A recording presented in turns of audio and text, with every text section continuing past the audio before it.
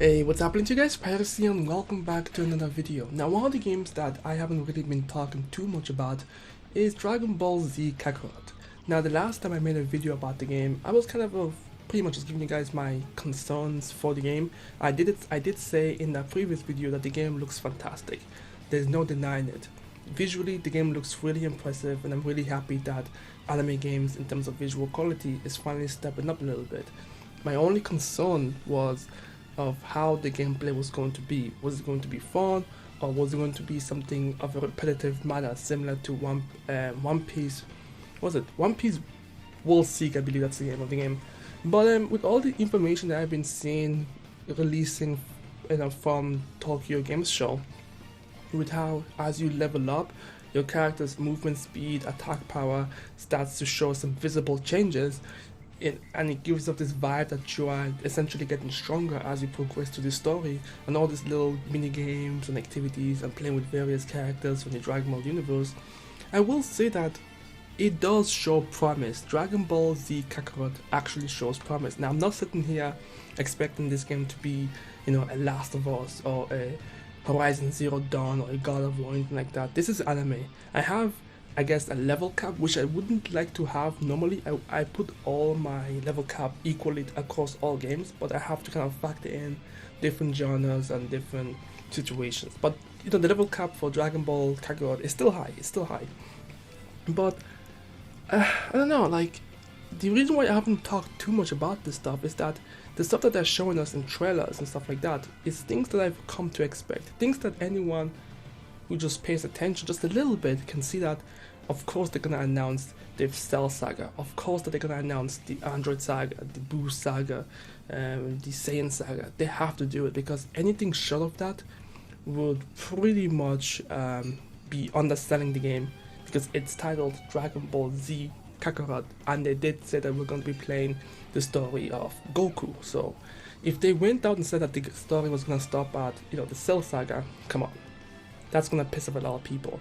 Now, I'm still holding my ground. I did say this in my last video that the game will somehow touch what was it again? The Battle of Gods and the Resurrection of F, because those two movies still fall in the Dragon Ball Z category. They're not touching Super just yet. I don't believe so. I believe Super came after the revival of F. So that's going to be the turning point for some people, because it is going to be the first time we do experience the stories of Battle of Gods and Resurrection of F, and that could be the selling point for a lot of people, because it's the first time we're seeing those two sagas be replicated in a video game format. I'm not counting Dragon Ball Xenoverse, because that took more of an alternative route instead of actually just focusing canonically as to how the story went down. So visually, and obviously with CC2's magic powers, the game is going to look fantastic in terms of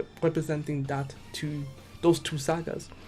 So those are the two I'm banking on, to be honest. Really, if I see those two show up, that'd be amazing. But for the rest of them, I knew it was going to happen. Now, obviously, seeing different various characters be played, aside from Goku, was also predictable. There were many instances where Goku was out of commission or just wasn't part of the story, so they have to obviously conclude those areas one way or another. They're not gonna just make up anything, because after they've said that this game was gonna be canonically correct, I guess, to the story of Dragon Ball, and they're gonna be also adding some materials that's also canon to the story, they can't fuck anything up. So I expected us to be able to play with Goku, also with Krillin, Piccolo, Gohan, Vegeta, and all that stuff. They were expected. It wasn't really of a surprise. That's why there hasn't been much to talk about. But I have been seeing a lot of small nuances, small news about the game. Essentially, just small details here and there that just seems like, yo, this is actually some pretty good ideas. Like, I saw one tweet of showing a level 5, I think, Goku versus a level 40 Vegeta, and his movement speed was a little bit different. So I thought that was pretty cool. No, the game is impressive. I'm not I don't want to shit on this game. Like, I know at the beginning I was a little bit harsh on it because I thought the game was going to look basic and feel basic as you play it, but in the later on levels, it feels like you're going to be getting some more mechanics in the game that's going to make things interesting and add a variety to your experience. No, and I'm hoping that the boss battles also go crazy. Like, I'm hoping it goes madness. That's what I'm hoping for. But yeah, no, I mean, overall, when it comes to the TGS news, seeing the trailer for Boo and all that stuff, I'm looking forward to it. I'm looking forward to seeing Gotenks versus Boo. I'm looking forward to seeing Piccolo versus Android 17. I mean, there were some really hype moments in the Dragon Ball history. It's gonna be cool. And also, sorry, I'm tired, so if I'm butchering things, I do apologize for this. I'm also looking forward to the new information, like the new canon story that's gonna be added to the story. Like, it'd be interesting. Hopefully, what I'm looking forward to as well, which I know isn't part of the Dragon Ball Z lore, but maybe some flashbacks of us playing as a Kid Goku, like a little mini game of us playing as Kid Goku in his early days, you know, training with Piccolo. Sorry, that didn't happen. Training with Krillin and on the Master Roshi. It doesn't have to be a huge section, but just a little bit. That'd be pretty dope. Mini games, yeah, they have a bunch of mini games. Like I said, the fishing, the driving, the resting pad, I think as well. Yeah, I know, it's gonna be really interesting. I mean, also, one of the things that I was kind of worried about in terms of the world being populated and how it might feel empty, when we saw Vegeta, you know, fly around the Capsule Corporation or West City or whatever the case may be, we saw some NPCs walking around. The world felt alive, so that kind of made me feel a little bit more confident as to the quality of Dragon Ball Z Kakarot. Honestly, overall, like, I can't think of a single thing where I can say this is gonna be bad. Do you know what I mean? Like, it's not, oh, this is a hype game. It's like, okay, let's say not impressed to massively hyped up. I'm like, from 1 to 5, I'm like 6 right now, closely moving to 7 in terms of interest and hype for the game.